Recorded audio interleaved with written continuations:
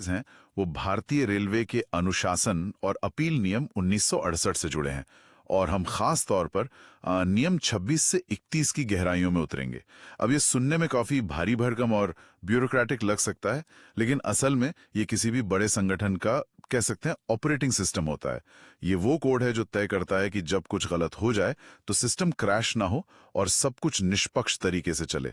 तो आज का हमारा मिशन है इस ऑपरेटिंग सिस्टम के कुछ सबसे दिलचस्प कोड को डिकोड करना। वो ऑपरेटिंग सिस्टम वाली बात बहुत अच्छी है। हाँ। और मैं इसमें एक चीज और जोड़ना चाहूंगी कि ये सिर्फ ओएस नहीं बल्कि इसका एंटीवायरस भी है। ये सिस्टम को मनमानेपन यानी आर्बिट्रेरीनेस के वायरस से बचाता है। आज हम देखेंगे कि कैसे ये नियम एक बहुत ही नाजुक संतुलन साधते हैं। एक तरफ सिस्टम की रफ्तार बनाए रखना और दूसरी तरफ एक आम कर्मचारी के अधिकारों की रक्षा करना। हमारी चर्चा का सफर एक नोटिस मिलने से शुरू होगा और नियमों को बदलने की सबसे बड़ी ताकत तक जाएगा। बढ़िया। तो चलिए इस सफर की शुरुआत करते हैं पहले कदम से। कोई भी अनुशासनात्मक कार्रवाई शुरू कैसे होती है? जाहिर है कर्मचारी को बताकर। और यहीं पर आता है नियम 26 जो बताता है कि आदेश या नोटिस कैसे दिया जाएगा। सुनने में तो ये बहुत सीधा साधा लगता है कि चिट्ठी भेज दो, काम खत्म। हाँ, तरीके तो सीधे हैं। रजिस्टर्ड पोस्ट से भेज दो या किसी को हाथ में पकड़ा दो। लेकिन असली कहानी तब शुरू होती है जब चीजें सीधी नहीं रहती। मान लीजिए कर्मचारी घर पर नहीं है या वो दरवाजा खोलकर नोटिस लेने से ही मना कर दे। तब क्या होगा? क्या पूरी प्रक्रिया वहीं रुक जाएगी? यहीं पर मुझे नियमों का पहला चौंकाने वाला पहलू मिला। नियम कहता है कि अगर कोई कर्मचारी जानबूझकर नोटिस लेने से इनकार कर देता है तो ये मान लिया जाएगा कि उसे नोटिस मिल गया है। इसे deemed to have been served कहते हैं। मतलब आप दरवाजा बंद करके या मैं नहीं लेता कहकर बच नहीं सकते। आप कानून से भाग नहीं सकते। और तो और अगर आप घर पे नहीं मिलते तो आपके दरवाजे पर नोटिस चिपकाया जा सकता है और उसे भी कानूनी तौर पर वैध माना जाएगा। ये सुनने में थोड़ा कठोर लग सकता है, लेकिन इसके पीछे एक बहुत बड़ा कारण है। ये नियम सिस्टम को जाम होने से बचाता है। अगर हर कोई नोटिस लेने से मना करके प्रक्रिया को महीनों तक टालने लगे तो कोई भी कार्रवाई कभी पूरी ही नहीं हो पाएगी। ये सिस्टम की रफ्तार बनाए रखने वाला पहलू है और ये बहुत जरूरी है क्योंकि जिस तारीख को नोटिस सर्व हुआ माना जाता है उसी दिन से कर्मचारी की अपील करने या जवाब देने की उल्टी गिनती शुरू हो जाती है। इसलिए इस तारीख का साफ होना बेहद जरूरी है। तो ठीक है, प्रक्रिया की गाड़ी तो चल पड़ी क्योंकि नोटिस अब लीगली सर्व हो चुका है, चाहे कर्मचारी ने उसे हाथ में लिया हो या नहीं। लेकिन जिस कर्मचारी के खिलाफ ये सब हो रहा है उसे तो सिर्फ एक कागज मिला है। उसे कैसे पता चलेगा कि आरोप क्या है, सबूत क्या है? क्या उसे अंधेरे में ही अपना बचाव करना होगा? नहीं, बिल्कुल नहीं। और यहीं पर वो संतुलन सामने आता है जिसकी हम बात कर रहे थे। एक तरफ नियम 26 सिस्टम को रफ्तार देता है तो दूसरी तरफ नियम 27 कर्मचारी को ताकत देता है। ये नियम प्राकृतिक न्याय यानी नेचुरल जस्टिस की नींव है। इसका सीधा साधा सिद्धांत है, आप किसी पर आरोप लगाकर उसे अपना पक्ष रखने का मौका दिए बिना सजा नहीं दे सकते। और पक्ष रखने के लिए उसे पता तो होना चाहिए कि मामला है क्या। अच्छा, तो ये सिर्फ एक नोटिस नहीं है बल्कि एक पूरा केस फाइल है जो कर्मचारी को मिलता है। इसे ऐसे समझते हैं, आरोप पत्र तो हो गया हेडलाइन, जैसे ड्यूटी पर लापरवाही। फिर आरोपों का पूरा विवरण, उस कहानी का पूरा पैराग्राफ है कि असल में किस दिन किस समय क्या हुआ था। और सबसे जरूरी, भरोसेमंद दस्तावेज और गवाहों के बयान। ये वो सबूत हैं जिनके आधार पर डिपार्टमेंट अपना केस बना रहा है। बिना इनके कर्मचारी तो अंधेरे में तीर चलाएगा। आपने बिल्कुल सही पकड़ा। और इस लिस्ट में सबसे महत्वपूर्ण दस्तावेज है जांच रिपोर्ट। जब जांच पूरी हो जाती है तो जांच अधिकारी एक रिपोर्ट बनाता है जिसमें वो बताता है कि उसकी नजर में कौन से आरोप साबित हुए और कौन से नहीं। ये रिपोर्ट कर्मचारी को देना अनिवार्य है। अगर ये रिपोर्ट नहीं दी गई तो ये एक बहुत बड़ी प्रक्रियात्मक चूक मानी जाती है और इसके आधार पर पूरी कार्रवाई को अदालत में खारिज किया जा सकता है। ये कर्मचारी का सबसे बड़ा हथियार है। यहां तक तो सब बहुत तार्किक और निष्पक्ष लग रहा है। एक प्रक्रिया है, नोटिस है, बचाव का पूरा मौका है। लेकिन अब कहानी में एक ऐसा मोड़ आता है जो मुझे सबसे ज्यादा असाधारण लगा। नियम 28, कुछ मामलों में विशेष प्रक्रिया। ये नियम कहता है कि कुछ खास, बहुत ही खास परिस्थितियों में किसी कर्मचारी को बिना कोई औपचारिक जांच किए, बिना गवाहों से पूछताछ किए सीधे बड़ी सजा दी जा सकती है। बड़ी सजा मतलब नौकरी से निकालना या पद घटा देना, वैसी सजा। ये तो अब तक हमने जो भी सुना उसके बिल्कुल खिलाफ है। हाँ, ये एक break glass in case of emergency वाला नियम है। ये एक असाधारण ताकत है जिसका इस्तेमाल सिर्फ 3 असाधारण स्थितियों में हो सकता है।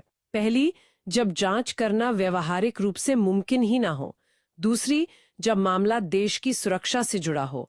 और तीसरी, जब लोकहित में ये जरूरी हो कि जांच ना की जाए। 1 मिनट, देश की सुरक्षा वाली बात तो समझ में आती है, लेकिन व्यावहारिक रूप से मुमकिन नहीं या लोकहित, ये तो बहुत ही अस्पष्ट शब्द हैं। इसका क्या मतलब हुआ कि गवाह डर के मारे सामने नहीं आ रहे, या जहां घटना हुई वहां जाना खतरनाक है? ये तो एक ऐसा लूपहोल लगता है जिसका कोई भी फायदा उठा सकता है।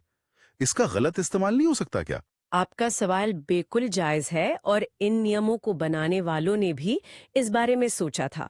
इसीलिए इस असाधारण ताकत के साथ कुछ बहुत मजबूत सेफ्टी लॉक भी लगाए गए हैं। सजा देने वाला अधिकारी सिर्फ ये नहीं लिख सकता कि लोकहित में जांच नहीं की जा रही, उसे लिखित में विस्तार से कारण बताना होगा कि ऐसा क्यों है। और सिर्फ इतना ही काफी नहीं है, उसे अपने से एक ऊंचे पद के अधिकारी की मंजूरी भी लेनी होगी। तो ये कोई ऐसी ताकत नहीं है जिसे कोई भी मैनेजर अपनी मर्जी से इस्तेमाल कर ले। ये दिखाता है कि सिस्टम में राष्ट्रीय सुरक्षा जैसी बड़ी चीजों के लिए जगह है, लेकिन व्यक्तिगत अधिकारों को हल्के में नहीं लिया गया है। ठीक है, ये संतुलन समझना जरूरी है। चलिए, अब उस स्थिति पर आते हैं जहां जांच पूरी हो चुकी है और कर्मचारी दोषी पाया गया है। अब सजा तय करने की बारी है। यहीं पर नियम 29 आता है, जो पिछले रिकॉर्ड पर विचार करने की बात करता है। मुझे व्यक्तिगत रूप से ये नियम काफी संतुलन और मानवीय लगा। ये कहता है कि सजा तय करते समय सिर्फ उस एक गलती को मत देखो, बल्कि उस इंसान के पूरे करियर को देखो। बिल्कुल, इसका मकसद है कि सजा बदले की भावना से नहीं, बल्कि सुधार की भावना से दी जाए और वो तर्क संगत हो। चलिए एक काल्पनिक सिचुएशन सोचते हैं। एक कर्मचारी है सुनीता, जिसका 20 साल का रिकॉर्ड शानदार है, कई अवार्ड्स मिले हैं, लेकिन एक दिन उससे कोई बड़ी चूक हो जाती है। दूसरी तरफ एक और कर्मचारी है रमेश, जिसके खिलाफ पहले भी 2-3 बार छोटी कार्रवाई हो चुकी है। अब दोनों ने एक जैसी गलती की है। क्या नियम 29 के तहत दोनों को एक ही सजा मिलनी चाहिए? नहीं, बिल्कुल नहीं। सुनीता का अच्छा रिकॉर्ड सजा को कम करने का एक मजबूत आधार बन सकता है। शायद उसे चेतावनी देकर छोड़ दिया जाए। वहीं रमेश का पुराना रिकॉर्ड ये दिखाता है कि वो आदतन लापरवाह है, तो उसकी सजा ज्यादा कठोर हो सकती है। सालाना प्रदर्शन रिपोर्ट, उसे मिले इनाम, उसकी ईमानदारी का रिकॉर्ड और पुरानी सजाओं, सब कुछ देखने के लिए कहता है। और सबसे अहम बात, इस पूरे विचार विमर्श का जिक्र सजा वाले आदेश में होना चाहिए। आदेश को स्पीकिंग ऑर्डर होना चाहिए, मतलब आदेश खुद बोलना चाहिए। वो सिर्फ ये नहीं कह सकता कि नौकरी से निकाला जाता है। उसे बताना होगा कि हमने आपका 20 साल का अच्छा रिकॉर्ड देखा, लेकिन इस गलती की गंभीरता को देखते हुए हम ये सजा तय कर रहे हैं। ये पारदर्शिता है जो सिस्टम में भरोसा बनाए रखती है। सही है। अब बात करते हैं एक ऐसे नियम की जो अधिकारियों से जुड़ा है। नियम 30, जो सद्भावना से की गई कार्रवाई का संरक्षण करता है। आसान भाषा में कहें तो ये अफसरों के लिए एक तरह की ढाल है। ये कहता है कि अगर किसी जांच अधिकारी या सजा देने वाले अधिकारी ने अपना काम अच्छी नियत यानी गुड फेथ में किया है, तो उसके खिलाफ कोई मुकदमा या कानूनी कार्रवाई नहीं की जा सकती। और ये ढाल बहुत जरूरी है। सोचिए, अगर हर अनुशासनात्मक कार्रवाई के बाद कर्मचारी उस अधिकारी पर ही केस करने लगे, तो कोई भी अधिकारी फैसले लेने से डरेगा, पूरा सिस्टम ही पंगु हो जाएगा। यहाँ अच्छी नियत का मतलब ये है कि हो सकता है प्रक्रिया में कोई छोटी मोटी गलती हो गई हो, लेकिन अधिकारी का इरादा कर्मचारी को परेशान करने या नुकसान पहुंचाने का नहीं था। लेकिन यहाँ एक सवाल उठता है। अगर मैं खुद को एक रेलवे कर्मचारी की जगह रखकर सोचूं, तो ये नियम मुझे थोड़ी राहत भी देता और थोड़ा डराता भी। राहत इसलिए कि मेरे सीनियर बिना डरे फैसले ले पाएंगे, पर डर इसलिए कि कहीं अच्छी नियत की आड़ में कोई बड़ी गलती ना हो जाए। अच्छी नियत और बदनीयती के बीच की लकीर तो बहुत पतली है। बिल्कुल, और कानून इस बात को समझता है। ये ढाल असीमित नहीं है। अगर कर्मचारी ये साबित कर दे कि अधिकारी ने जानबूझकर किसी पुरानी दुश्मनी या बुरे इरादे से उसे फंसाया है, जिसे कानून की भाषा में मैलिफाइड इंटेंट कहते हैं, तो ये ढाल तुरंत हट जाती है और उस अधिकारी के खिलाफ कार्रवाई हो सकती है। तो ये नियम ईमानदारी से काम करने वालों को बचाता है, न कि ताकत का दुरुपयोग करने वालों को। और अब हम आते हैं अपने सफर के आखिरी और शायद सबसे ताकतवर नियम पर। नियम 31। नियमों का पालन करने की बात कर रहे थे, लेकिन ये नियम तो खुद नियमों को बदलने की ताकत देता है। ये तो इस ऑपरेटिंग सिस्टम का एडमिन पासवर्ड या गॉड मोड जैसा लगता है। गॉड मोड कहना गलत नहीं होगा। ये नियम पूरे सिस्टम की रूपरेखा को बदलने की शक्ति देता है, लेकिन ये पासवर्ड हर किसी के पास नहीं है। ये ताकत सिर्फ और सिर्फ राष्ट्रपति या फिर रेलवे बोर्ड के पास है। कोई डिविजनल मैनेजर या जनरल मैनेजर अपनी मर्जी से इन नियमों को बदल या नजरअंदाज नहीं कर सकता। और किस ताकत में क्या क्या शामिल है? क्या वो किसी भी नियम को हटा सकते हैं? इसमें 3 मुख्य चीजें शामिल हैं। नियमों में संशोधन करना यानी अमेंडमेंट, किसी बहुत ही खास और अनोखे मामले में नियमों से छूट देना जिसे रिलैक्सेशन कहते हैं, और अगर नियमों की भाषा को लेकर कोई भ्रम है तो उस पर स्पष्टीकरण यानी क्लैरिफिकेशंस जारी करना। इस शक्ति को एक जगह केंद्रित रखने का मकसद पूरे देश में रेलवे के अंदर एक रूपता और स्थिरता बनाए रखना है।